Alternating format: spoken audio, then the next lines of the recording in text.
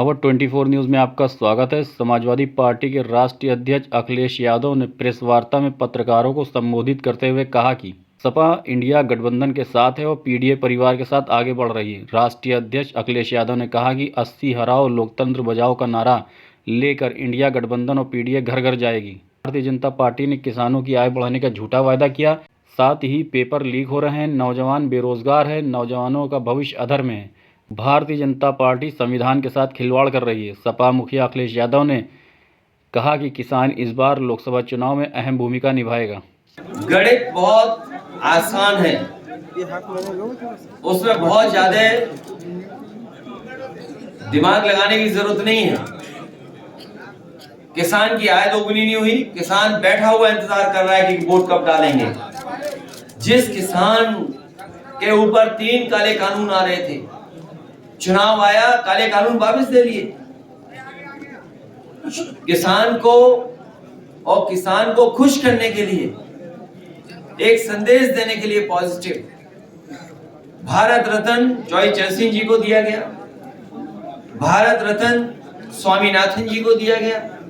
अगर ये वाकई में सच्चे भारतीय जनता पार्टी के लोग किसानों के दुख दर्द को समझते हैं, उनकी परेशानी को समझते हैं और आय दोगुनी का अगर वादा किया उन्होंने, तो स्वामीनाथन जी ने जो फार्मूले दिए थे उन फार्मूलों का अमल क्यों नहीं कर रहे, एमएसपी क्यों नहीं लागू कर रहे। एक तो ये बात, और दूसरी 60 लाख बच्चों की परीक्षा छूट गई। वो अपना भविष्य बनाना चाहते थे, अपना कल उनका कैसे बेहतर हो उसके लिए सोच रहे थे। इस सरकार ने उनका पेपर लीक करा दिया और 60 लाख बच्चे, उनका गुणा कर दो, माँ बाप मिला लो, 3 अगर गुणा कर देंगे 60 लाख में तो 1 करोड़ 80 लाख लोग बनते हैं। और 1 करोड़ 80 लाख का अगर हम भाग दे दें 80 लोकसभा से, तो 2,25,000 वोट बनता है जो नाराज बैठा हुआ है। और अभी जो 2 परीक्षाएं पेपर लीक हो गए, तो सोचो कितने बच्चे हो गए, उनका परिवार जोड़ लो तो कितना हो गया हिसाब किताब। जिस पार्टी का एक लोकसभा में 3 लाख वोट कम हो रहा हो, वो 80 नहीं हारेगी तो क्या करेगी वो सब पार्टी। एक चीज और, कार्यकर्ता जो यहाँ मौजूद है, जो संगठन मौजूद है, मैं संगठन का धन्यवाद देता हूँ और मुझे उम्मीद है कि संगठन को जो जिम्मेदारी दी गई है उस जिम्मेदारी को पूरी ईमानदारी से निभाएंगे।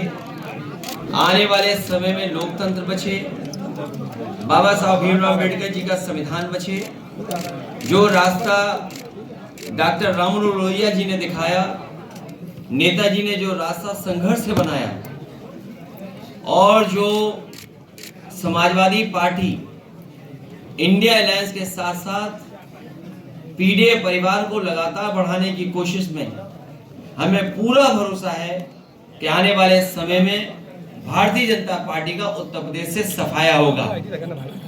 80 हराओ लोकतंत्र बचाओ का नारा लेकर के ये संगठन के लोग गांव-गांव जाएंगे। इस सरकार ने किसान के साथ धोखा दिया है।